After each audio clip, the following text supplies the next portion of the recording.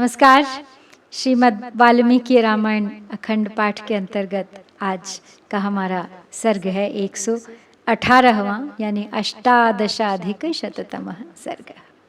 सीता अग्नि में प्रवेश कर चुकी हैं और उधर देवता सब मिलकर आ पहुँचे हैं श्री राम के पास उनसे पूछने कि उन्होंने सीता को ऐसा क्यों करने दिया और उनको ये भी याद दिलाने कि वो मनुष्य नहीं है बल्कि श्री हरि स्वयं हैं जो अपना प्रयोजन पूर्ण कर चुके हैं और अब वे पुनः दिव्य लोक में पधार सकते हैं। आज के सर्ग में अग्निदेव स्वयं साक्षी बनेंगे सीता की पवित्रता के। तो चलिए प्रारंभ करते हैं हम आज का पाठ।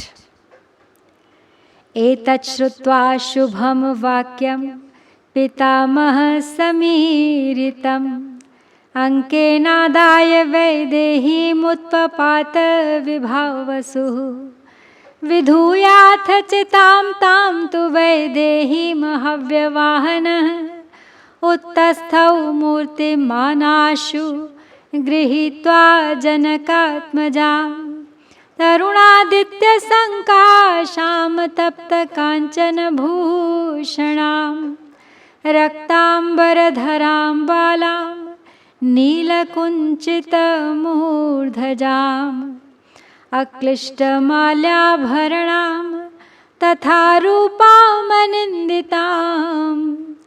ददौ रामाय वैदेहीमङ्के कृत्वा विभावसुः अब्रवीत्तु तदा रामं साक्षी लोकस्य पावकः एषा ते राम वैदेही पापमस्यां न वेद्यते। तो ब्रह्मा जी के कहे हुए उन शुभ वचनों को सुनकर मूर्तिमान अग्निदेव विदेह नंदिनी सीता को पिता की भांति गोद में लिए चिता से ऊपर को उठे।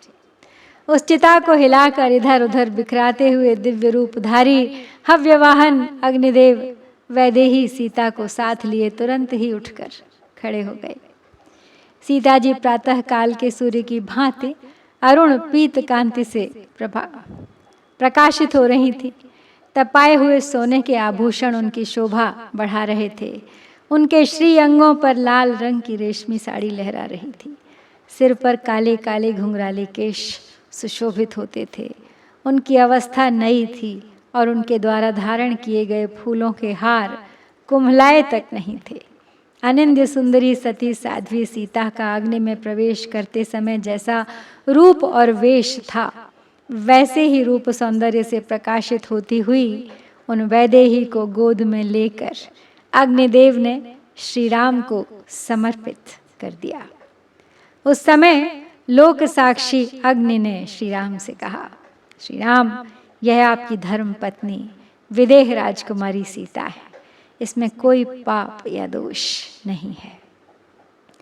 नैव वाचा न मनसा नैव बुद्धया न चक्षुषा सुवृत्तावृत्त शौटीर्यं न त्वामत्यचरत् शुभा रावणेनापनीतैषा वीर्योऽसिक्तेन रक्षसा त्वया विरहिता दीना विवशा निर्जने सती रुद्धा चान्तः पुरे गुप्ता त्वच्चित्ता त्वत्परायणा रक्षिता राक्षसीभिश्च घोराभिर्घोरबुद्धिभिः प्रलोभ्यमाना विविधं तर्जमाना च मैथिली नाचिन्तयत् तद्रक्षस्त्वद्गतेनान्तरात्मना विशुद्धभावां निष्पापां प्रतिगृहिणीष्व मैथिलीं न किञ्चिदभिधातव्या अहमाज्ञापयामि ते।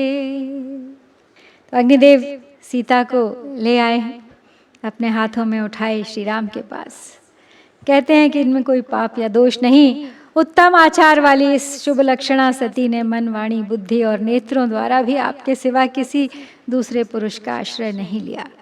इसने सदा सदाचार परायण आपका ही आराधन किया है। अपने बल पराक्रम का घमंड रखने वाले राक्षस रावण ने जब इसका अपहरण किया था, उस समय यह बेचारी सती सूने आश्रम में अकेली थी। आप इसके पास नहीं थे, अतः यह विवश थी, इसका कोई वश नहीं चला। रावण ने इसे लाकर अंतःपुर में कैद कर लिया, इस पर पहरा बिठा दिया। भयानक विचारों वाली भीषण राक्षसियां इसकी रखवाली करने लगीं, तब भी इसका चित्त आप में ही लगा रहा। यह आप ही को अपना परम आश्रय मानती रही है। तत्पश्चात तरह तरह के लोभ दिए गए, इस मिथिलेश कुमारी पर डांट फटकार भी पड़ी, परंतु इसकी अंतरात्मा निरंतर आपके ही चिंतन में लगी रही। इसने उस राक्षस के विषय में कभी एक बार भी नहीं सोचा, अतः इसका भाव सर्वथा शुद्ध है। यह मिथिलेश नंदिनी सर्वथा निष्पाप है। आप इसे सादर स्वीकार करें, मैं आपको आज्ञा देता हूँ, आप इससे कभी कोई कठोर बात न कहें। ततः प्रीतमना रामः श्रुत्वैवं वदतां वरः दध्यौ मुहूर्तं धर्मात्मा हर्षव्याकुललोचनः। एवमुक्तो महातेजा धृतिमानोर्विक्रमः उवाच त्रिदश श्रेष्ठं रामो धर्मवृतां वरः। अवश्यं चापि लोकेषु सीता पावनमर्हति दीर्घकालोषिता ह्यं रावणान्तःपुरे शुभा। बालिशो बत कामात्मा रामो दशरथात्मजः इति वक्ष्यति मां लोको जानकीमविशोध्य हि। अनन्यहृदयां सीतां मच्चित्तपरिरक्षिणीम् अहमप्यवगच्छामि मैथिलीं जनकात्मजाम्। इमामपि विशालाक्षीं रक्षितां स्वेन तेजसा रावणो नातिवर्तेत बेलामिव महोदधिः। अग्निदेव की अब ये बात सुनकर वक्ताओं में श्रेष्ठ धर्मात्मा श्री राम का मन प्रसन्न हो गया। उनके नेत्रों में आनंद के आंसू छलक आए। वे थोड़ी देर तक विचार में डूबे रहे।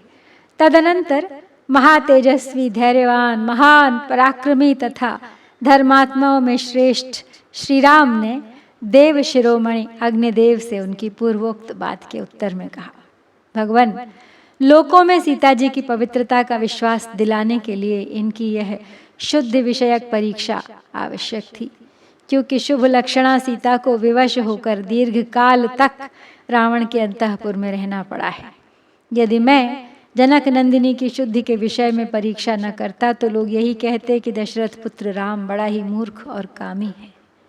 यह बात मैं भी जानता हूँ कि मिथिलेश नंदिनी जनक कुमारी सीता का हृदय सदा मुझ में ही लगा रहता है, मुझसे कभी अलग नहीं होता।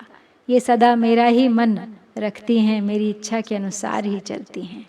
मुझे यह भी विश्वास है कि जैसे महासागर अपनी तटभूमि को नहीं लांघ सकता, उसी प्रकार रावण अपने ही तेज से सुरक्षित इन विशाल लोचना सीता पर अत्याचार नहीं कर सकता। प्रत्ययार्थम तु लोकानां त्रयाणां सत्य संश्रयः उपेक्षे चापि वैदेहीं प्रविशन्तीं हुताशनम्। न हि शक्तः सुदुष्टात्मा मनसापि हि मैथिलीं प्रदर्शयितुं प्राप्यां दीप्तामग्निशिखामिव।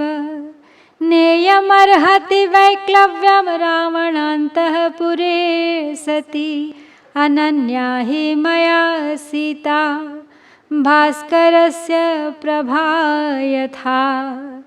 विशुद्धातिषु लोकेषु मैथिली जनकात्मजा न विहातुं मया शक्या कीर्तिरात्मावता यथा। अवश्यं च मया कार्यं सर्वेषां वो वचो हितं स्निग्धानां लोकनाथानामेवं च वदतां हितम् इत्येवमुक्त्वा विजयी महाबलः प्रशस्यमानः स्वकृतेन कर्मणा समेत्य रामः प्रियया महायशाः सुखम सुखार्हो अनुभूव राघवः। श्री राम अब अग्निदेव से कह रहे हैं कि तथापि तीनों लोकों के प्राणियों के मन में विश्वास दिलाने के लिए एकमात्र सत्य का सहारा लेकर मैंने अग्नि में प्रवेश करती हुई विदेह कुमारी सीता को रोकने की चेष्टा नहीं की। मिथिलेश कुमारी सीता प्रज्वलित अग्निशिखा के समान दुर्धर्ष तथा एक दूसरे के लिए अलभ्य हैं। दुष्टात्मा रावण मन के द्वारा भी इन पर अत्याचार करने में समर्थ हो ही नहीं सकता था। ये सती साध्वी देवी रावण के अंतःकर भी व्याकुलता या घबराहट में नहीं पड़ सकती थीं, क्योंकि ये मुझसे उसी तरह अभिन्न हैं जैसे सूर्यदेव से उनकी प्रभा। मिथिलेश कुमारी जानकी तीनों लोकों में परम पवित्र हैं। जैसे मनस्वी पुरुष कीर्ति का त्याग नहीं कर सकता, उसी तरह मैं भी इन्हें नहीं छोड़ सकता। आप सभी लोकपाल मेरे हित की ही बात कह रहे हैं और आप लोगों का मुझ पर बड़ा स्नेह है, अतः आप सभी देवताओं के हितकर वचन का मुझे अवश्य पालन करना चाहिए। ऐसा कहकर अपने किए हुए पराक्रम से प्रशंसित होने वाले महाबली महायशस्वी विजयी वीर रघुकुल नंदन श्री राम अपनी प्रिया सीता से मिले और मिलकर बड़े सुख का अनुभव करने लगे, क्योंकि वे सुख भोगने के ही योग्य हैं। तो अंततः श्री राम ने भी अपना मंतव्य सबके सामने उजागर कर दिया है। उन्होंने जो किया क्यों किया और देख लिया है हम सब ने सीता और राम का सुखद मिलाप। तो इस प्रकार यहाँ श्री वाल्मीकि निर्मित आर्ष रामायण आदि काव्य के युद्ध कांड में 118वां सर्ग पूर्ण होता है। इत्यार्षे श्रीमद् रामायणे वाल्मीकिये आदि काव्ये युद्ध कांडे 18अधिकशततमः सर्गः। ओम श्री सीतारामचंद्राभ्यां नमः।